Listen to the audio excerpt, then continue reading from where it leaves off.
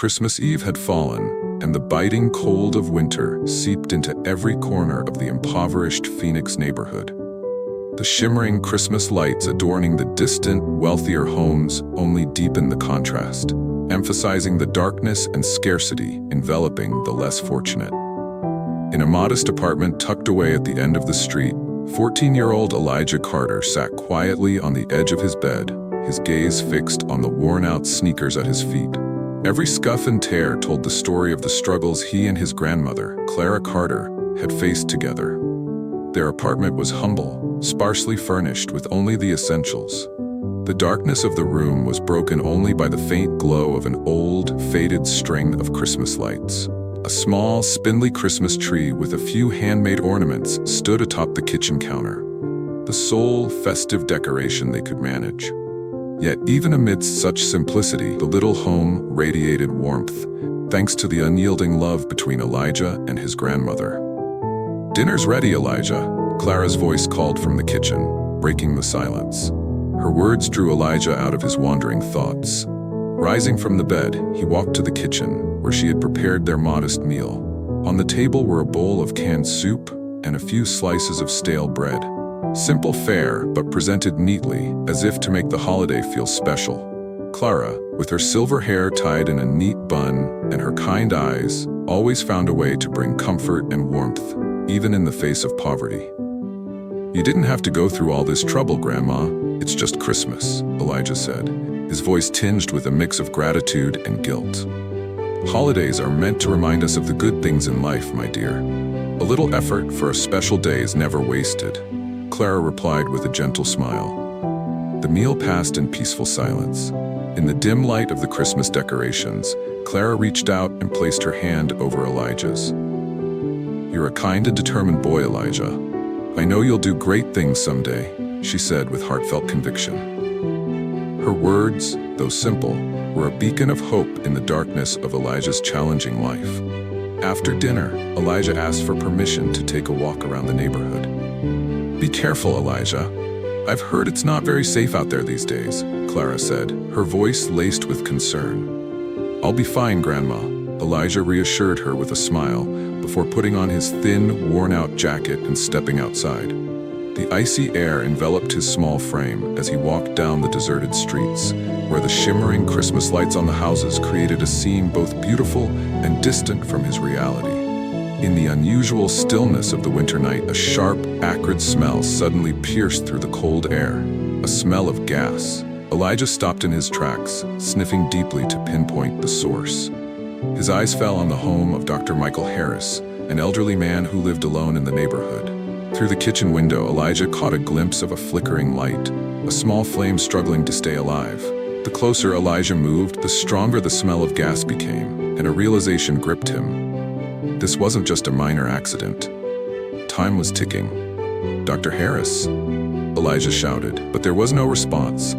Fear began to creep into his mind, but a fierce determination quickly overpowered it.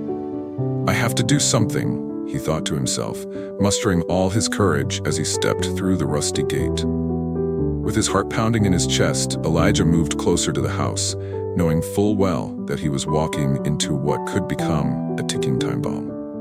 Stepping into the house, Elijah was immediately overwhelmed by the strong smell of gas that seemed to suffocate his every breath. The dim light from the flickering kitchen bulb cast eerie shadows on the walls, making the scene even more unsettling. Fear began to creep into his mind, but Elijah refused to let it take over. He shouted again at the top of his lungs, "Dr. Harris, where are you?" A faint, raspy cough from the far end of the house froze him in place for a moment.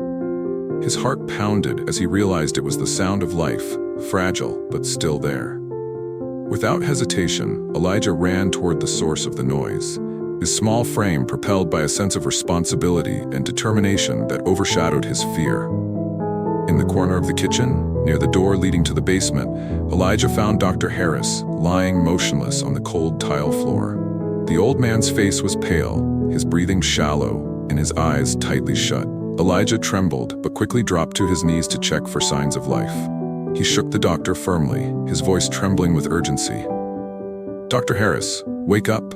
A faint whisper escaped the man's dry lips. gas valve in the basement. Elijah turned his head toward the stairs leading to the dark, foreboding basement. He knew that the only way to prevent disaster was to shut off the gas valve. But first, he had to get Dr. Harris out of the house, a house that was rapidly turning into a death trap. Taking a deep breath, Elijah mustered all the strength his small body could manage, lifting the older man's upper body and dragging him toward the front door. Each step felt heavier than the last, as the toxic gas filled his lungs, making every breath a struggle. As they neared the front door, only a few steps away from safety, a faint hissing sound came from the kitchen. Elijah stopped and turned his head, just in time to see a small spark flicker near the stove, a terrifying warning that the fire was about to ignite. His heart skipped a beat, but he pushed the panic aside. "I can't give up now," he whispered to himself through gritted teeth, summoning every ounce of strength left in his body. He pulled Dr. Harris with all his might, determined to get him out of the house. Just as they crossed the threshold, a small explosion erupted behind them, and flames engulfed the kitchen in an instant. Elijah collapsed onto the cold ground outside, utterly exhausted but alive. He could feel the icy snow beneath his hands, his chest heaving as he gulped in fresh air, the acrid smell of gas still lingering in his nostrils.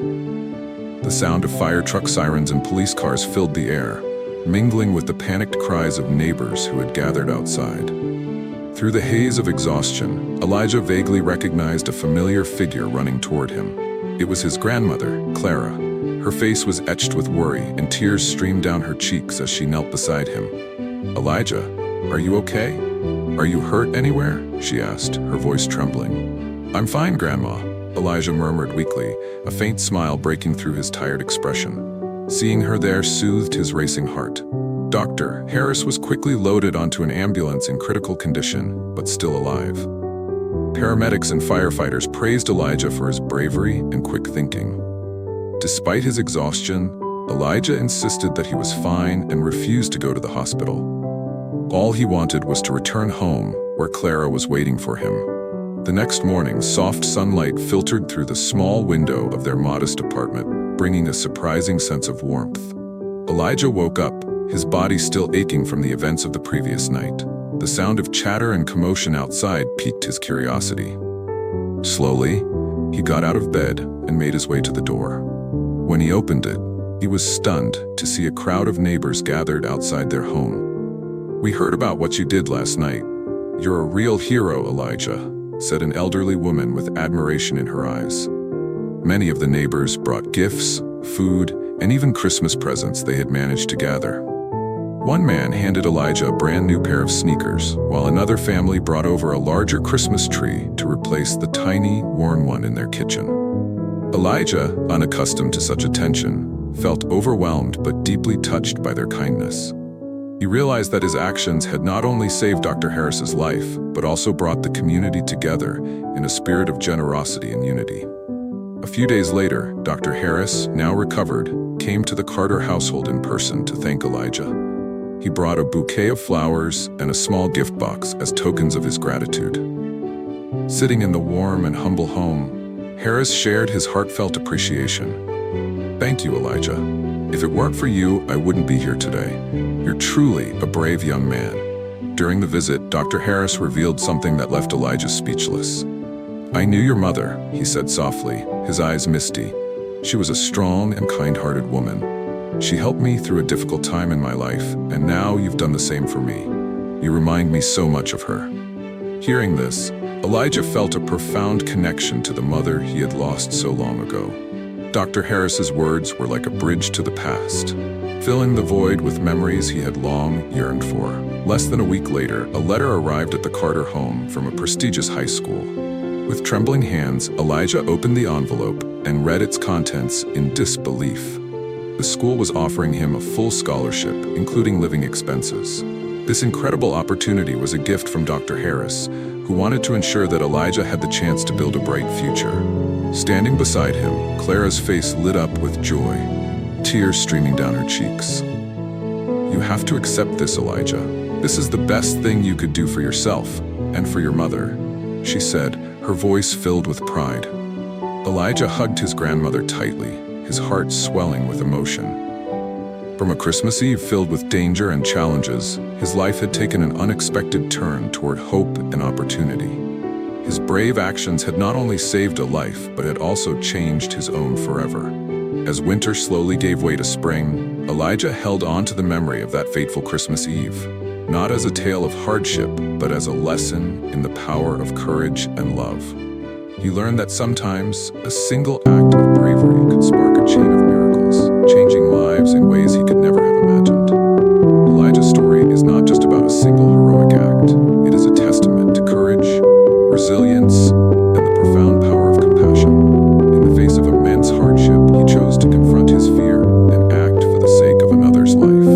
His actions remind us that no matter how challenging the circumstances, kindness and bravery can ripple outward, changing the world around us in ways we may never fully comprehend.